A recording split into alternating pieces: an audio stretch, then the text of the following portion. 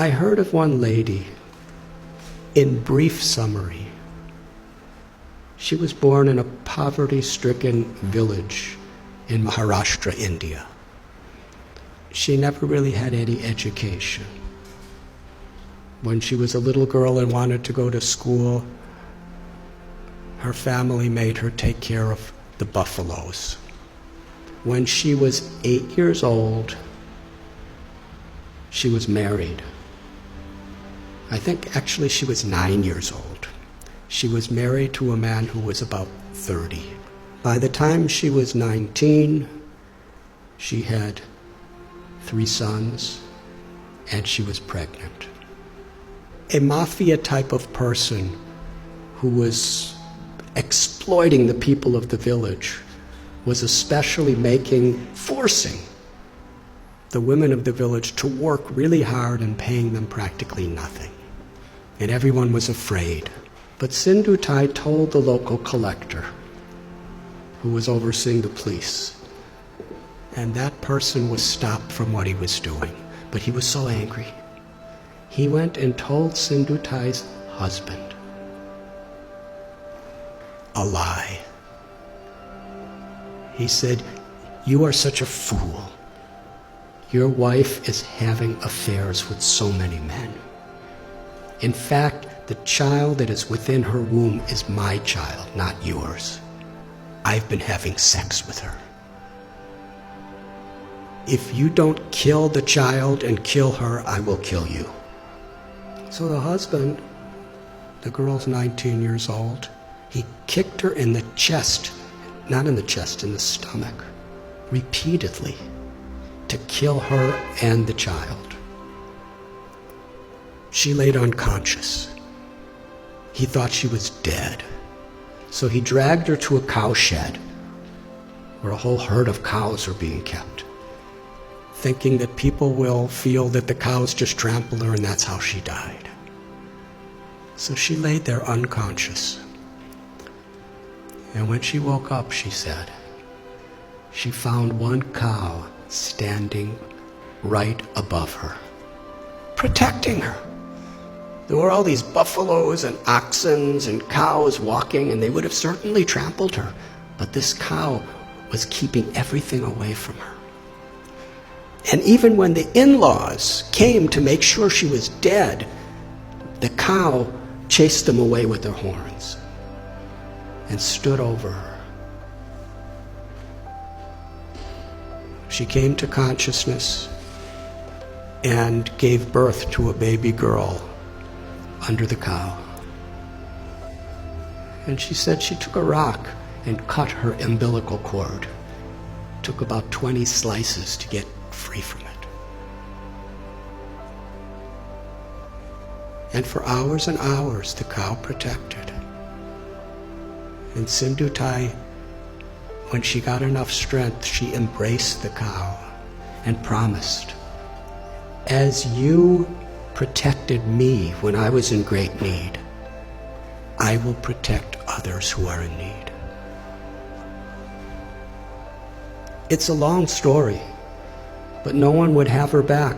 Her own family rejected her, her biological family, because according to their tradition, once you're married, you can never come back home. A foolish tradition, as many are these days. In order to not be exploited, she was sleeping in a crematorium with her little baby child. And she would collect wheat that people would put around the dead bodies, and she'd mix it with water and cook it on the fires of the dead corpses. It became such a depressing life for her. She decided, I don't want my child to live like this. So she was going to commit suicide. She went to a railway track with her child in her arms and laid waiting for the train to crush them. But as she was laying there, she heard someone crying in anguish. So she got up and she found an old man who was crying out. He was crippled. He was very, very invalid. He was crying for some food and water, so she went and begged and got him food and water. And she was thinking that old man was the voice of God. She called Krishna. She said, was telling me that I had a higher purpose in life than to commit suicide. I have something to do, something to contribute to this world. But then later in the day, she was sitting in a field wondering, what am I going to do? I have nothing. I have no one. How can I help anyone? She was under a tree, and she saw that there was a branch of the tree that a woodsman with an axe had violently cut. The branch was just hanging by a single string. But that branch was giving her and her child shade. So she was thinking, this is the answer. However much I have been beaten down, still I could do something for others. So she started going and finding homeless, abandoned, orphan children. And she became their mother, taking care of them. Somehow or other, she learned how to sing really nice, and she begged with her singing, and she provided for them, and somehow or other kept them safe. And after some time, people saw what a difference she was making to so many people that they built an orphanage for her. Over the years, she said, she's had about 1,500 children, over 1,000 grandchildren. And she's made a tremendous difference in her life.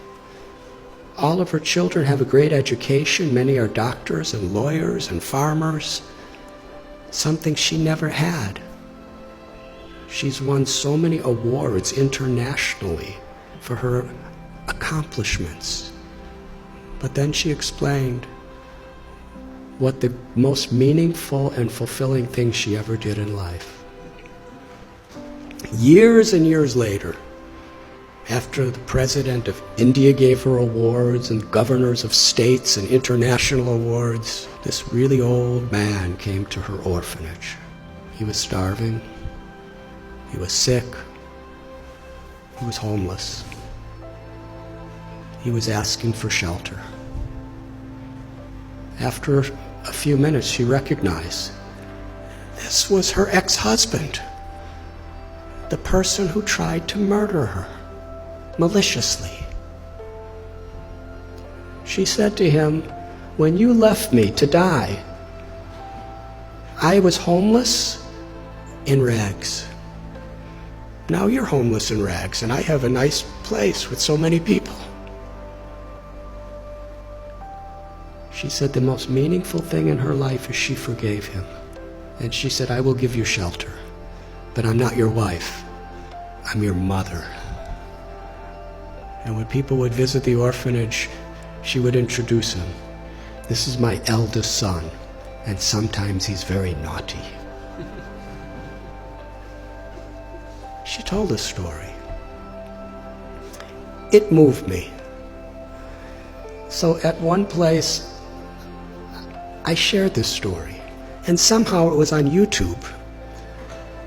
And in her orphanage, someone showed it to her. So she wanted to meet me. So in Pune, I met her. And she was with a couple other people. And we spoke for about an hour together. It was a wonderful conversation.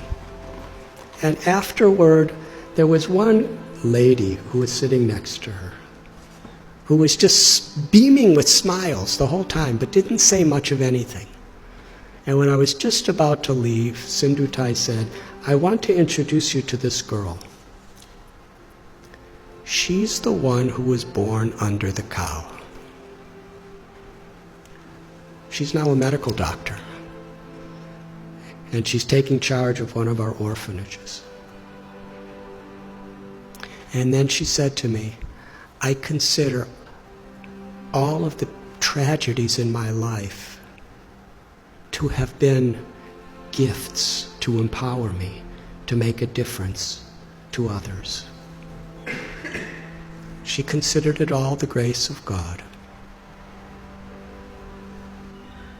She said, "My life has been a road with many thorns, but I made friends with those thorns, and my life became beautiful, and I could give beauty to so many other people's lives." That's one little example of influence without affluence. The power of compassion is far greater than anything that money can do. But when money and knowledge and strength and skills are built on the foundation of that compassion, then not only is our own life enriched beyond our comprehension, but we could make such a difference. We can have such an influence in the world. Each and every one of us, whoever we are. Because everyone is so inherently special.